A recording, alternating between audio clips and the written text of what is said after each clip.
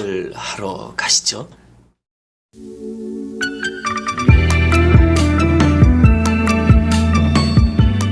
Halo Sobat MSG, balik lagi di MSG bersama narator magang. Oke, kali ini narator magang akan buat alur cerita berjudul Wish Taksi, atau taksi yang bisa mengabulkan keinginan. Nah, gitulah. Dari judulnya mungkin agak-agak absurd ya. Tapi tenang aja Kak, ini bukan film yang absurd kok. Ya, walaupun ada dikit-dikit absurdnya sih. Oke lah, pokoknya gitu. Tanpa basa-basi ya, kita mulai aja alur ceritanya.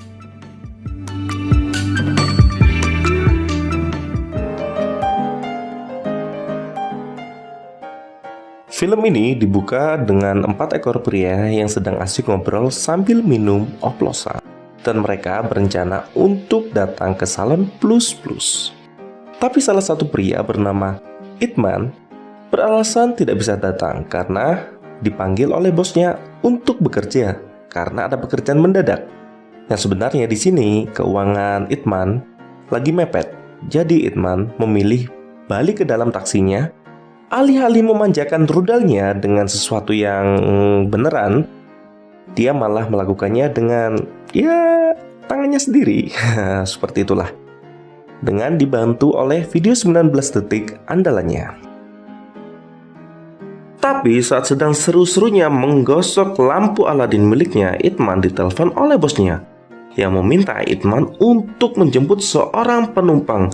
Ya, jelas saja Itman menjadi sangat kesal karena kegiatan gosok-menggosoknya yang belum selesai akhirnya gagal karena dapat gangguan dari Pak Bos. Dengan perasaan kesal, akhirnya Itman pergi dan menjemput penumpang itu.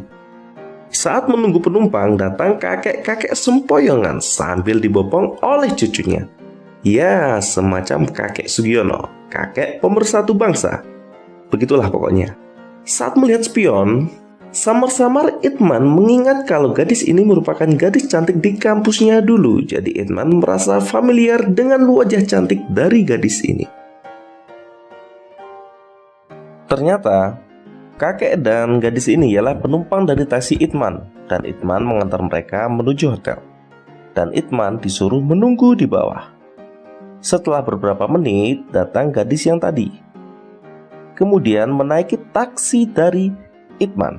Kemudian meminta untuk diantarkan pulang. Saat di perjalanan, gadis ini mulai bercerita tentang keluarganya yang kurang mampu, yang bermimpi memiliki kehidupan yang lebih baik dengan cara menyekolahkan gadis ini. Tapi sayang karena itu mereka terlilit hutang.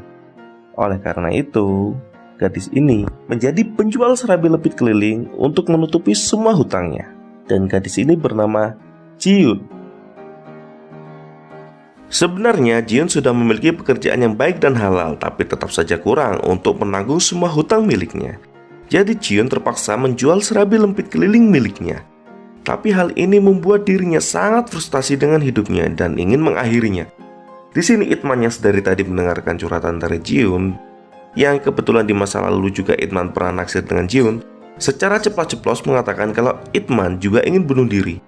Hal ini dilakukan agar Itman bisa lebih dekat dengan Jiun dan mengatakan kalau dia punya clue bunuh diri dan mereka akan melakukan bunuh diri secara bersama-sama.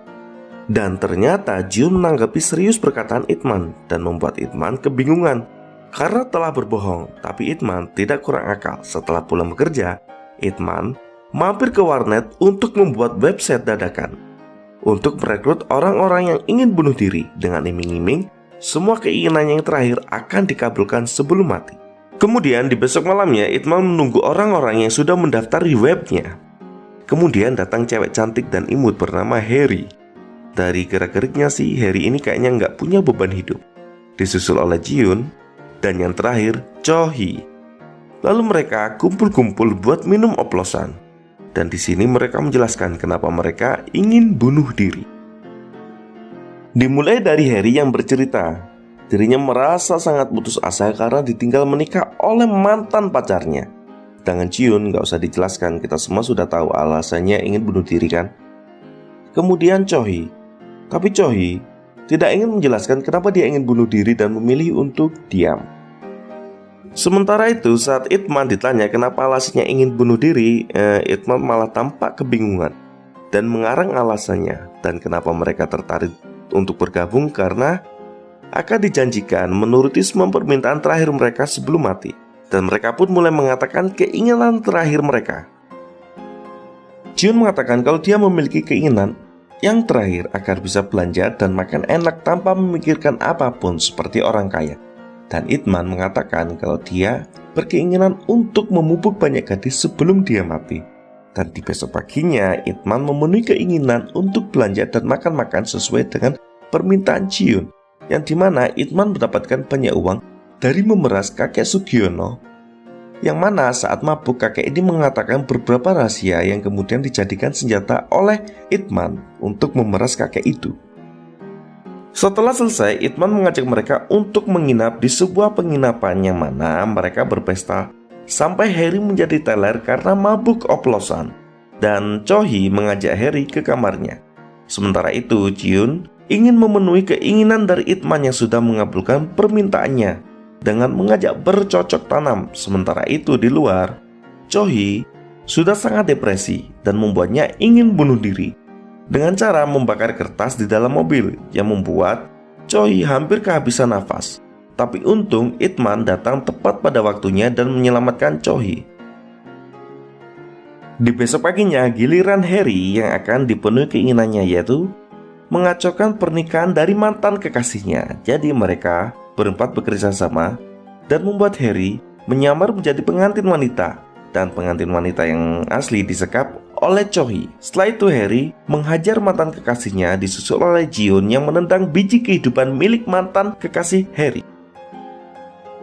Setelah selesai, sebagai ucapan terima kasih, Harry mengizinkan Itman untuk mengobok-obok dirinya dengan hikmat dan nikmat, dan ritual pun dimulai. Di lain cerita, kita akan diperlihatkan oleh Cho-hee yang sedang termenung di pinggir sungai. Kita akan diperlihatkan masa lalu Cho-hee yang ternyata Cho-hee sudah akan menikah. Kemudian dia dan kekasihnya mengalami kecelakaan. Cho-hee selamat, sedangkan kekasihnya pun tewas. Karena itu Cho-hee benar-benar putus asa dengan apa yang terjadi pada hidupnya dan ingin mengakhirinya. Kemudian di malam harinya, Cho-hee yang belum memiliki keinginan karena pikirannya hanya satu, hanya untuk bunuh diri. Maka Cho-hee mengatakan kalau dia ingin dibubuk oleh Itman. Awalnya Itman tampak kebingungan, tapi dengan terpaksa Itman memupuk Cho-hee. Dan di pagi harinya Itman memutuskan untuk pulang dan memberikan waktu pada mereka untuk berpikir ulang. Sekaligus Itman cari cara agar mereka tidak jadi untuk bunuh diri. Kemudian Jiun menjual barang mewah yang dibelikan oleh Itman pada dirinya untuk diberikan kepada orang tuanya, yang ternyata orang tua Jiun sudah menjual rumah mereka untuk melunasi hutang. Dari sini Jiun pun menangis dan merasa dirinya sudah egois dan tidak memikirkan perasaan orang lain saat dia bunuh diri. Sementara itu Harry berusaha untuk menemui mantan pacarnya untuk meminta maaf, tapi ternyata mantan pacar Harry sudah bersama cewek lain. Dan Harry pun merasa bodoh, sudah sedih untuk playboy cap kadal buntung seperti dirinya. Di lain cerita, Cho-hee merenung dan merasa bahwa kebersamaan dengan 3 orang ini membawa kebahagiaan baru kepada dirinya. Hal ini membuat Cho-hee merasa ragu-ragu untuk mengakhiri hidupnya. Di lain cerita, Itman merasa jatuh cinta pada Cho-hee. Karena hal itu mereka pun jadi berselisih dan terjadi pertengkaran di dalam taksi. Karena meleng dan tidak melihat jalan, Itman pun ditabrak oleh truk. Dan mereka semua pun dibawa ke rumah sakit, dan untungnya tidak ada yang cedera atau mati. Yang lebih mengejutkan, ternyata Cho-hee hamil. Karena itu Cho-hee ingin melanjutkan hidupnya untuk merawat anak di dalam kandungannya. Dan sebagai permintaan terakhir Cho-hee meminta mereka semua untuk terus melanjutkan hidup dengan baik.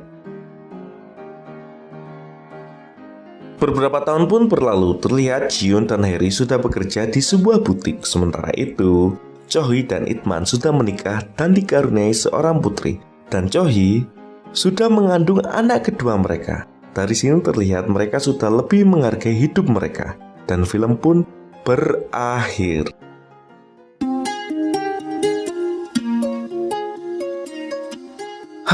Itu dulu untuk alur cerita Wish Taxi-nya. Semoga kalian menikmatinya. Oke. Thank you for watching. See you next video. Jangan lupa subscribe, like, comment, bahkan dislike pun nggak masalah. Seperti biasa. Oke, bye.